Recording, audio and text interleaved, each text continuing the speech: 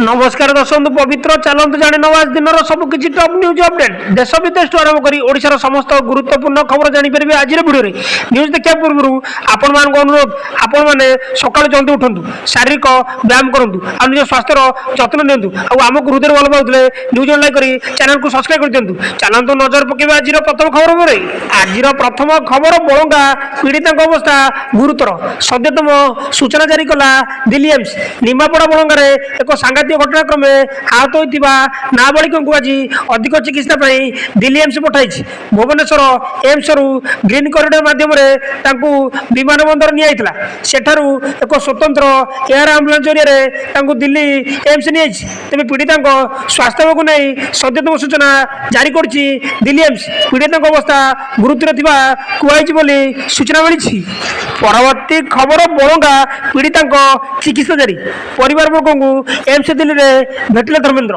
केन्द्रमंत्री धर्मेन्द्र प्रधान रविवार दिन पुरी जिला बलंगा अंचल नाबालिका पीड़िता एम्स दिल्ली भेटी एने केन्द्रमंत्री सामाजिक गणमाध्यम सूचना देते से कहते पुरी जिला बलंगा अंचल में घटी अभान्य घटन नाबालिक जनक नुआ दिल्ली स्थित एम्स मेडिकल चिकित्सा अच्छा परिवार वर्ग भेटी समयदान जन स्वास्थ्य संपर्क में एम्स कर्तृपक्ष आलोचना कर आशुरोग्य कामना कर शीघ्र सुस्थ हो घर को फेरतु या महाप्रभु पाखे प्रार्थना बोली धर्मेन्द्र प्रधान कहते सूचना मिली परवर्ती खबर राष्ट्रपति भवन में प्रदर्शित है श्री जगन्नाथ नवकल फिल्म पवित्र बाहुड़ा यात्रा अवसर मुक्तिलाभ कर चलचित्र श्री जगन्नाथ नवकलवर रविवार राष्ट्रपति भवन में प्रदर्शित होती महामहिम राष्ट्रपति श्रीमती द्रौपदी मुर्मू यह चलचित्र को देखी अवसर पर राष्ट्रपति भवन में एक स्वतंत्र प्रदर्शनी आयोजन कराइला चलचित्र समस्त टीम को राष्ट्रपति भवन पक्ष निमंत्रण कराइला यह कार्यक्रम में गुरुजी डॉक्टर चंद्रभानु शतपथी चलचित्र उपदेष्टा विभू प्रसाद महापात्र मेजर जनरल भूदेव परिड़ा राष्ट्रपति सामरिक सचिव विजय नायक उपस्थित थे सूचना मिली परवर्ती खबर समुद्र मझे ओलटिला पर्यटक बोट सूचना मुताबक बोट रे 48 जन पर्यटक 5 जन क्यू मेम्बर थे से प्राय 20 जन छोट पिला थे घूर्णिझड़ प्रभाव में बोट ओलटि पड़ा सूचना मिली दुर्घटना पर 11 जन को उद्धार करपरी निखोज यात्री को उद्धार चली रेस्क्यू ऑपरेशन बोट रे एकाधिक परिवार सदस्य थिबा सूचना मिली से वियतनाम राजधानी हानोई को बुलवाक आसी सूचना मिली परवर्ती खबर एनकाउंटर 6 माओवादी निहत पुलिस को मिली बड़ सफलता छत्तीसगढ़ नारायणपुर पुलिस सीमा अंतर्गत आबुजामड़ जंगल में गुली विनिमय अति कम 6 जन माओवादी निहत होती सूचना अनुसार गुली विनिमय 6 जन माओवादी मृत्यु घटी मृत माओवादी मध्य 4 जन महिला पुलिस AK-47 राइफल समेत विपुल परिमाणर अशस्त्र और गुली जबत कर सूचना मिली परवर्ती खबर बालेश्वर छात्री आत्महत्या इफेक्ट आउ खोलार दिजाव ना पेट्रोल ओडिशा रे पेट्रोल पंप गुड़िक एणिकी खोला बोतल कि पात्र पेट्रोल दिजाव ना केवल गाड़ी इंधन टाकी पेट्रोल भर ए निष्पत्ति आज कार्यकारी होब बोली ओडिशा पेट्रोलियम डीलर्स एसोसिएशन राज्य सभापति शशांक शेखर साहू सूचना देते साहू कहते पूर्व ये नियम पालन हो देखाई बालेश्वर बलंगार संप्रति घटी किसी अघटन पर ए नियम को कड़ाकड़ी पालन करने को पेट्रोलियम डीलर्स एसोसिएशन निष्पत्ति खोला पात्र पेट्रोल देवा जो अग्निकांड अन्य अघटन घटुवा कारण यह पदक्षेप नि सूचना मिली परवर्ती खबर आज संसदर मौसुमी अधिवेशन आज संसदर मौसुमी अधिवेशन आरंभ होती सुरुखुर गृह कार्य संपादन करने सरकार एक बैठक में विरोधी सहयोग लोड़ी विरोधी दल गुड़िक अधिवेशन में जो सब प्रसंग उठाइबे तार एक लंबा तालिका आज बैठक में रखाई से रही पहलगाम आतंकवादी आक्रमण भारत पाक युद्ध विरति बंद संक्रांत ट्रम्प दाबी एवं बिहार में स्वतंत्र भोटर तालिका संशोधन सर्वदलीय बैठक में 50ଟି ଦଳର 40 ପ୍ରତିନିଧି ଯୋଗ ଦେବେ। ବୈଠକ ପରେ ସଂସଦୀୟ ବ୍ୟାପାର ମନ୍ତ୍ରୀ କିରଣ ରିଜିଜୁ ସାମ୍ବାଦିକମାନଙ୍କୁ ସୂଚନା ଦେଇ କହିଛନ୍ତି ଯେ ଅଧିବେଶନରେ ସରକାର ସମସ୍ତ ଗୁରୁତ୍ୱପୂର୍ଣ୍ଣ ପ୍ରସଙ୍ଗରେ ଆଲୋଚନା କରିବା ପାଇଁ ପ୍ରସ୍ତୁତ ଅଛନ୍ତି। ଉଲ୍ଲେଖଯୋଗ୍ୟ ଯେ ଅଧିବେଶନ ଆଜିଠାରୁ ଆରମ୍ଭ ହୋଇ ଅଗଷ୍ଟ 21 ତାରିଖରେ ଶେଷ ହେବ ବୋଲି ସୂଚନା ମିଳିଛି। ପରବର୍ତ୍ତୀ ଖବର ବ୍ରିଟେନ ଓ ମାଲଦ୍ୱୀପ ଗସ୍ତରେ ଯିବେ ପ୍ରଧାନମନ୍ତ୍ରୀ ନରେନ୍ଦ୍ର ମୋଦି। ପ୍ରଧାନମନ୍ତ୍ରୀ ମୋଦି 23 ଓ 26 ଜୁଲାଇ ମଧ୍ୟରେ ବ୍ରିଟେନ ଏବଂ ମାଲଦ୍ୱୀପ ଗସ୍ତରେ ଯିବେ। ପ୍ରଧାନମନ୍ତ୍ରୀ ମୋଦି ପ୍ରଥମେ 23 ଜୁଲାଇରେ ୟୁକେ ପହଞ୍ଚିବେ ଏବଂ ଲଣ୍ଡନରେ ଅନେକ ଦ୍ୱିପକ୍ଷୀୟ କାର୍ଯ୍ୟକ୍ରମରେ ଯୋଗ ଦେବେ। ପ୍ରଧାନମନ୍ତ୍ରୀ 24 ଜୁଲାଇରେ ୟୁକେ ପ୍ରଧାନମନ୍ତ୍ରୀ ସାର୍ କିଅର ଷ୍ଟାମରଙ୍କୁ ଭେଟିବେ। ସୂତ୍ର ଅନୁସାରେ ପ୍ରଧାନମନ୍ତ୍ରୀ ମୋଦିଙ୍କ ଗସ୍ତ ସମୟରେ ଭାରତ ଏବଂ ୟୁକେ ମଧ୍ୟରେ ଏକ ମୁକ୍ତ ବାଣିଜ୍ୟ ଚୁକ୍ତି FTA ମଧ୍ୟ ଘୋଷଣା ହେବ। ଭାରତ ଏବଂ ୟୁକେ ଉଭୟ ପାଇଁ FTAକୁ ବହୁତ ଗୁରୁତ୍ୱପୂର୍ଣ୍ଣ ବୋଲି ବିବେଚନା କରାଯାଉଛି। ଏହା ପ୍ରଧାନମନ୍ତ୍ରୀ ମୋଦିଙ୍କ ଚତୁର୍ଥ ବ୍ରିଟେନ ଗସ୍ତ ବୋଲି ସୂଚନା ମିଳିଛି। ପରବର୍ତ୍ତୀ ଖବର ପ୍ରଧାନମନ୍ତ୍ରୀଙ୍କୁ ଭେଟିଲେ ଯୋଗୀ। ୟୁପିରେ ବଡ଼ ପରିବର୍ତ୍ତନ ନେଇ ଚର୍ଚ୍ଚା ଜୋର। ଉତ୍ତରପ୍ରଦେଶ ମୁଖ୍ୟମନ୍ତ୍ରୀ ଯୋଗୀ ଆଦିତ୍ୟନାଥ ଆଜି ଦିଲ୍ଲୀରେ ପ୍ରଧାନମନ୍ତ୍ରୀ ନରେନ୍ଦ୍ର ମୋଦିଙ୍କୁ ତାଙ୍କ ବାସଭବନରେ ସାକ୍ଷାତ କରିଛନ୍ତି। ଯଦିଓ ଏହାକୁ ଏକ ସୌଜନ୍ୟମୂଳକ ସାକ୍ଷାତ ବୋଲି କୁହାଯାଉଛି, କିନ୍ତୁ ଏହି ଆଲୋଚନା ପରେ ରାଜ୍ୟର ଶାସନ ଓ ପ୍ରଶାସନରେ ଏକ ବଡ଼ ଧରଣର ଅଦଳବଦଳ ହେବା ନେଇ ରାଜନୈତିକ ମହଲରେ କଳ୍ପନା ଜଳ୍ପନା ତୀବ୍ର ହୋଇଛି। ସୂଚନା ଅନୁସାରେ ପ୍ରାୟ 1 ଘଣ୍ଟା ଧରି ଚାଲିଥିବା ଏହି ଆଲୋଚନାରେ ରାଜ୍ୟର ସାମ୍ପ୍ରତିକ ରାଜନୈତିକ ପରିସ୍ଥିତି, ନିର୍ବାଚନ ଫଳାଫଳର ସମୀକ୍ଷା ଏବଂ ଭବିଷ୍ୟତର ରଣନୀତି ଉପରେ ବିସ୍ତୃତ ଆଲୋଚନା ହୋଇଥିଲା। ଉତ୍ତରପ୍ରଦେଶରେ ବିଜେପି ଆଶାଠାରୁ ଯଥେଷ୍ଟ କମ୍ ଆସନ ପାଇଥିବାରୁ ଏହାର କାରଣ ଖୋଜିବା ସହ ସରକାର ଓ ସଂଗଠନ ମଧ୍ୟରେ ଥିବା ସମନ୍ୱୟର ଅଭାବକୁ ନେଇ ମଧ୍ୟ ଚିନ୍ତା ପ୍ରକଟ କରାଯାଇଥିଲା। ଏହି ଆଲୋଚନା ପରେ ଯୋଗୀ ସରକାରରେ ଏକ ବଡ଼ ପରିବର୍ତ୍ତନ ଦେଖିବାକୁ ମିଳିପାରେ ବୋଲି ସାଧାରଣରେ ଚର୍ଚ୍ଚା ହେଉଛି। ଖରାପ ପ୍ରଦର୍ଶନ କରିଥିବା କିଛି ମନ୍ତ୍ରୀଙ୍କୁ ମନ୍ତ୍ରିମଣ୍ଡଳରୁ ବୟା ଦିଆଯାଇପାରେ ଏବଂ କିଛି ନୂଆ ଚେହେରାଙ୍କୁ ସୁଯୋଗ ମିଳିପାରେ ବୋଲି ସୂଚନା ମିଳିଛି। ପରବର୍ତ୍ତୀ ଖବର ବଳଙ୍ଗା ନାବାଳିକା ପୋଡ଼ି ଘଟଣାସ୍ଥଳରେ ଡିଜିପି କହିଲେ ତଦନ୍ତ ଚାଲିଛି, ଖୁବ୍ ଶୀଘ୍ର ଅପରାଧୀଙ୍କୁ ଧରିବୁ। ବଳଙ୍ଗାରେ ଡିଜିପି ୱାଇପି ଖୁରାନିଆ ଘଟଣାସ୍ଥଳକୁ ଯାଇ ତନାଘନ ଯାଞ୍ଚ କଲେ। ପୀଡ଼ିତାଙ୍କୁ କେଉଁ ବାଟ ଦେଇ ଦୁର୍ବୃତ୍ତମାନେ ଆଣିଥିଲେ, ପୀଡ଼ିତା କେଉଁ ବାଟ ଦେଇ ଆସିଲେ, କେଉଁଠି ପ୍ରଥମେ ପହଞ୍ଚିଥିଲେ, ତାଙ୍କୁ କିଏ ଉଦ୍ଧାର କରିଥିଲେ, କାହା ପଚାରି ବୁଝିବା ସହ ସେହି ସ୍ଥାନ ସବୁ ବୁଲି ଦେଖିଥିଲେ। ଏହାପରେ ପୀଡ଼ିତାଙ୍କ ଘରକୁ ଯାଇ ପରିବାର ଲୋକଙ୍କୁ ଘଟଣା ସମ୍ପର୍କରେ ପଚରାଉଚରା କରିଥିଲେ ଡିଜିପି। ତାଙ୍କ ସହ ଥିଲେ କେନ୍ଦ୍ରାଞ୍ଚଳ ଆଇଜି ଓ ପୁରୀ ଏସ୍ପି। ଡିଜିପି କହିଛନ୍ତି ତଦନ୍ତ ଜୋରଦାର ଚାଲିଛି, ଘଟଣା ସମ୍ବେଦନଶୀଳ ଏବଂ ତଦନ୍ତ ଚାଲିଛି, ଖୁବ୍ ଶୀଘ୍ର ଅପରାଧୀଙ୍କୁ ଧରିବୁ ବୋଲି କହିଛନ୍ତି ଡିଜିପି ବୋଲି ସୂଚନା ମିଳିଛି। ପରବର୍ତ୍ତୀ ଖବର 23ରୁ ପ୍ରବଳ ବର୍ଷା, ବଜ୍ରପାତ ସତର୍କତା। ମୌସୁମୀ ଦୁର୍ବଳ ଥିବାରୁ ବାୟୁମଣ୍ଡଳରେ ତାପମାତ୍ରା ବୃଦ୍ଧି ପାଉଛି। ଉତ୍ତପ୍ତ ବାୟୁମଣ୍ଡଳ ସଂସ୍ପର୍ଶରେ ଜଳୀୟବାଷ୍ପର ପ୍ରତିକ୍ରିୟାଶୀଳତା ବୃଦ୍ଧି ଯୋଗୁଁ ରାଜ୍ୟରେ ଆଗାମୀ 23 ତାରିଖ ପର୍ଯ୍ୟନ୍ତ ବିଜୁଳି ଘଡ଼ଘଡ଼ିର ସମ୍ଭାବନା ରହିଛି ବୋଲି ପାଣିପାଗ ବିଭାଗ ପୂର୍ବାନୁମାନ କରିଛି।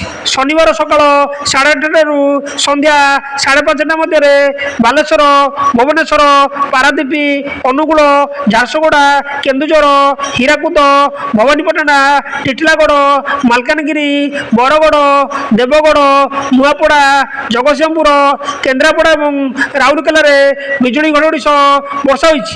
ଉତ୍ତର ବିହାର, ଓଡ଼ିଶା ଏବଂ ଝାଡ଼ଖଣ୍ଡରେ ଏକ ନିମ୍ନଚାପ ରେଖା ଲମ୍ବିଛି। ଏହାର ପ୍ରଭାବରେ ଆସନ୍ତା 24 ଘଣ୍ଟା ମଧ୍ୟରେ ମାଲକାନଗିରି, କୋରାପୁଟ, ରାୟଗଡ଼ା, ଗଜପତି, ଗଞ୍ଜାମ, କଳାହାଣ୍ଡି, କନ୍ଧମାଳ, ନବରଙ୍ଗପୁର, ମୟୂରଭଞ୍ଜ ଏବଂ କେନ୍ଦୁଝର ଜିଲ୍ଲାକୁ ପ୍ରବଳ ବର୍ଷା, ବଜ୍ରପାତ ଏବଂ ଘଣ୍ଟା ପ୍ରତି 30ରୁ 40 କିମି ବେଗରେ ପବନ ବହିବାର ସମ୍ଭାବନା ଥିବା ନେଇ ଉପରୋକ୍ତ ଜିଲ୍ଲାଗୁଡ଼ିକୁ ପାଣିପାଗ କେନ୍ଦ୍ର ପକ୍ଷରୁ ସତର୍କ ସୂଚନା ଜାରି କରାଯାଇଛି ବୋଲି ସୂଚନା ମିଳିଛି। ପରବର୍ତ୍ତୀ ଖବର ରୁଷରେ ଘଣ୍ଟାଏ ମଧ୍ୟରେ 5 ଶକ୍ତିଶାଳୀ ଭୂମିକମ୍ପ। ରୁଷରେ ଆଜି ଘଣ୍ଟାଏ ମଧ୍ୟରେ ପଛକୁ ପଛ 5ଟି ଶକ୍ତିଶାଳୀ ଭୂମିକମ୍ପ ହୋଇଛି। ରୁଷର ପୂର୍ବ ଭାଗରେ ଭୂମିକମ୍ପ ପରେ ସୁନାମି ଆଲର୍ଟ ଜାରି ହୋଇଛି। ପ୍ରଥମେ 5.0 ତୀବ୍ରତାର ଏକ ଭୂମିକମ୍ପ ହୋଇଥିଲା। ଏବଂ ଏହା ପଛକୁ 6.7 ତୀବ୍ରତାର ଏକ ଭୂମିକମ୍ପ ହୋଇଥିଲା। ଏହା ପଛକୁ ଆଜି 7.4 ତୀବ୍ରତାର ଅନ୍ୟ ଏକ ଭୂମିକମ୍ପ ହୋଇଥିଲା ଏବଂ ଭୂମିକମ୍ପର କେନ୍ଦ୍ରସ୍ଥଳ 20 କିମି ଗଭୀରତାରେ ଥିବା ଜଣାପଡ଼ିଥିଲା। ଏହି ଭୂମିକମ୍ପ ପରେ USGS United states geological survey ପକ୍ଷରୁ ଏକ ସତର୍କତା ଜାରି ହୋଇଛି। ଏହା ପୂର୍ବରୁ 6.6 ଏବଂ 6.2 ତୀବ୍ରତାର ଅନ୍ୟ ଦୁଇ ଭୂମିକମ୍ପ ହୋଇଥିଲା। ତେବେ 7.4 ତୀବ୍ରତାର ଭୂମିକମ୍ପ ପାଇଁ ସୁନାମି ସତର୍କତା ଜାରି କରାଯାଇଛି ବୋଲି ସୂଚନା ମିଳିଛି। ପରବର୍ତ୍ତୀ ଖବର ବିଜେଡିର ବଳଙ୍ଗା ଥାନା ଘେରାଉ, ଅଭିଯୁକ୍ତମାନଙ୍କୁ ତୁରନ୍ତ ଗିରଫ ପାଇଁ ଦାବି। ପୁଲିସ ଛାଉଣିରେ ପରିଣତ ହୋଇଛି ବଳଙ୍ଗା ଥାନା। ବିଜୁ ଜନତା ଦଳ ବଳଙ୍ଗା ଥାନା ଘେରାଉ କରୁଥିବା ବେଳେ ଆଇନ ଶୃଙ୍ଖଳା ପାଇଁ ଜଗିଛନ୍ତି 3 ପ୍ଲାଟୁନ ଫୋର୍ସ। ଥାନା ଭିତରକୁ ଧସାଇ ପଶିବାକୁ ବିଜେଡି କର୍ମୀଙ୍କ ଉଦ୍ୟମ ସମୟରେ ପୁଲିସ ଧସ୍ତାଧସ୍ତି। ବଳଙ୍ଗା ଥାନାରେ ପ୍ରବଳ ଉତ୍ତେଜନା ସୃଷ୍ଟି ହୋଇଛି। ପିପିଲି ଏସ୍ଡିପିଓ ଦେବାଶିଷ ମିଶ୍ର କହିଛନ୍ତି ସିସିଟିଭି ଆଧାରରେ ତଦନ୍ତ ଚାଲିଛି। ଏ ଘଟଣାରେ କାହାକୁ ଅଟକାଇ ରଖାଯାଏ ନାହିଁ। ଆଜି ସକାଳେ ବଳଙ୍ଗା ପୁଲିସ 3 ଜଣଙ୍କୁ ଉଠାଇ ନେଇ ପଚରାଉଚରା କରି ଛାଡ଼ି ଦେଇଥିଲା। ଯେଉଁ 3 ଜଣଙ୍କୁ ପୁଲିସ ଉଠାଇ ପଚରାଉଚରା କରୁଛି ସେମାନେ 3 ଜଣ ନାବାଳିକାର ବନ୍ଧୁ ବୋଲି ଜଣାପଡ଼ିଛି। ଗତକାଲି ପୀଡ଼ିତାଙ୍କ ମା ପକ୍ଷରୁ ଥାନାରେ ଏତଲା ଦିଆଯାଇଥିବା ବେଳେ ଏମ୍ସ ଭୁବନେଶ୍ୱରରେ ମାଜିଷ୍ଟ୍ରେଟଙ୍କ ଉପସ୍ଥିତିରେ ପୀଡ଼ିତା ମଧ୍ୟ ବୟାନ ଦେଇଥିଲେ ବୋଲି ସୂଚନା ମିଳିଛି। ପରବର୍ତ୍ତୀ ଖବର, ସଡ଼କ ଦୁର୍ଘଟଣାରେ କାଉଡ଼ିଆ ମୃତ। ନୟାଗଡ଼ ଜିଲ୍ଲା ଶରଣକୂଳ ଥାନା ଦରପଦା ନିକଟରେ ଅଭାବନୀୟ ଘଟଣା ଘଟିଛି। ଅଟୋ ପିକଅପ୍ ଭ୍ୟାନ୍ ମୁହାଁମୁହିଁ ଧକ୍କା ହୋଇଛି। ଫଳରେ ଜଣେ କାଉଡ଼ିଆଙ୍କର ମୃତ୍ୟୁ ଘଟିଥିବା ବେଳେ 6 ଜଣ ଗୁରୁତର ହୋଇଥିବା ସୂଚନା ମିଳିଛି। ମୃତକ କଟରାଝରି ଗାଁର ପୂଜା ସ୍ୱାଇଁ ବୋଲି ଜଣାପଡ଼ିଛି।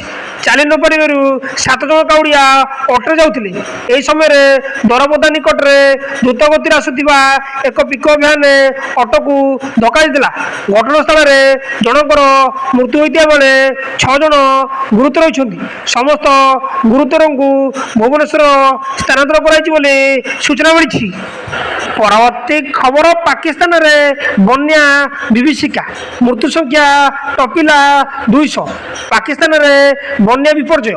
ପାକିସ୍ତାନରେ ଜୁନ୍ ଶେଷ ସପ୍ତାହରୁ ଆରମ୍ଭ ହୋଇଥିବା ମୌସୁମୀ ବର୍ଷା ଓ ବନ୍ୟା ଯୋଗୁଁ 200ରୁ ଅଧିକ ଲୋକଙ୍କର ମୃତ୍ୟୁ ହୋଇଛି। ଏମାନଙ୍କ ମଧ୍ୟରେ ପ୍ରାୟ 100 ଜଣ ଶିଶୁ ଅଛନ୍ତି।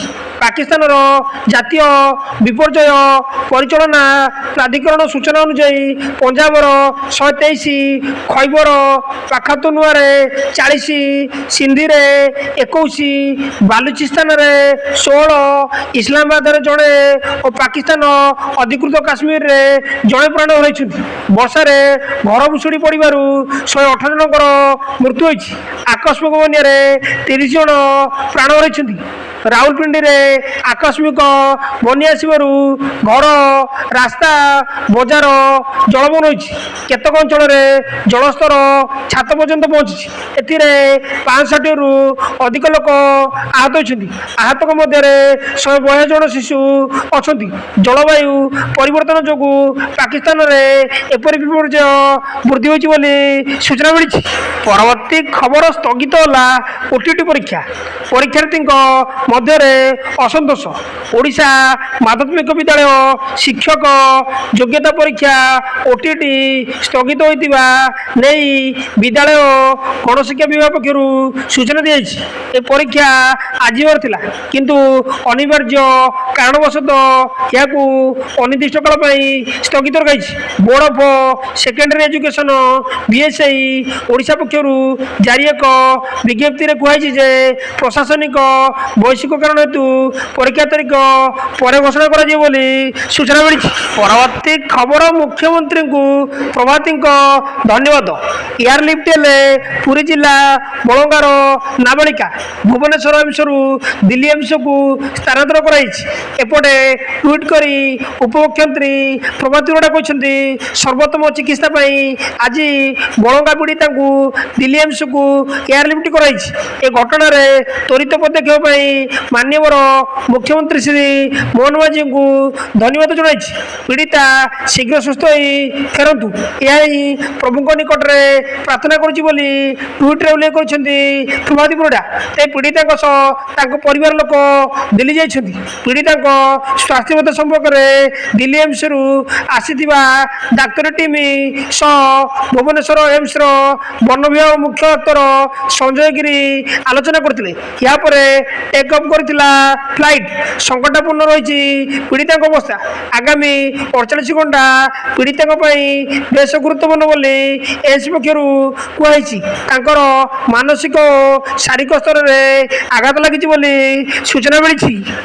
परवर्ती खबर एफएम कॉलेज छात्री आत्महत्या मामला द्वितीय दिन में 3 संस्थार तदंत जोरदार एफएम कॉलेज छात्री आत्महत्या घटना को बीतला सप्ताहे यूजीसी उच्च शिक्षा विभाग क्राइमब्रांच पक्ष पृथक भाव 3टी टीम द्वितीय दिन में तदंत कर 2 दिन में अनेक गुरुत्वपूर्ण तथ्य मिल सारी जमापड़ी अध्ययनरत और पूर्वतन छात्र मानू जारी रही पचराउचरा घटना को नहीं आईसीसी कमिटी सदस्य मानक निलंबित कर आशंका रही मृत छात्री इंटीग्रेटेड बीएडी विभाग रही यूजीसी फैक्ट फाइंडिंग टीम कॉलेजर ईस्ट कैंपस को जाई विभागीय छात्र छात्री को पचराउचरा करपटे उच्च शिक्षा विभाग टीम आईसीसी कमिटी सदस्य मानू झाड़बुआ जेरा कर आखपाख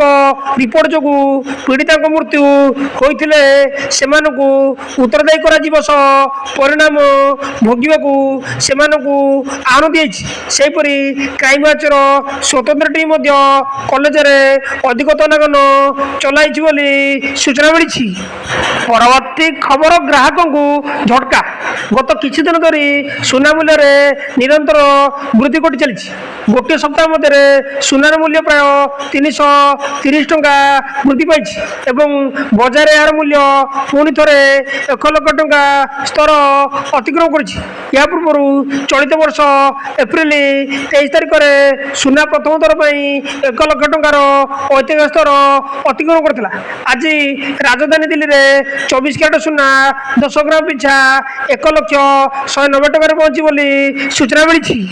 परवर्ती खबर पाटना एम्स ओडिया डाक्तरी छात्र मृत्यु आत्महत्या सन्देह पाटना एम्स जड़े ओडिया डाक्तरी छात्र सन्देहजनक मृत्यु होती मृत छात्र ना राघवेंद्र साहू से प्रथम वर्षर मेडिकल छात्र राघवेंद्र हॉस्टेल रूम कबाट आज सका खोली नथिले अपराह्न 1 पर्यंत कबाट न खोलिबा द्वारा कॉलेज कर्तृपक्ष पुलिस रे खबर देते पुलिस घटनास्थल पहुंची कबाट भांगी भीतर बसते राघवेंद्र को बेड पर पड़ा देखी छात्र को तुरंत इमरजेंसी वार्ड को पठा जाइथिला सेठरे डाक्तर माने मृत घोषणा करते फुलवारी सिरिफ एसडीपीओ सुशील कुमार कहते छात्र जनक आत्महत्या कर सन्देह कर निकट कौन सुइसाइड नोट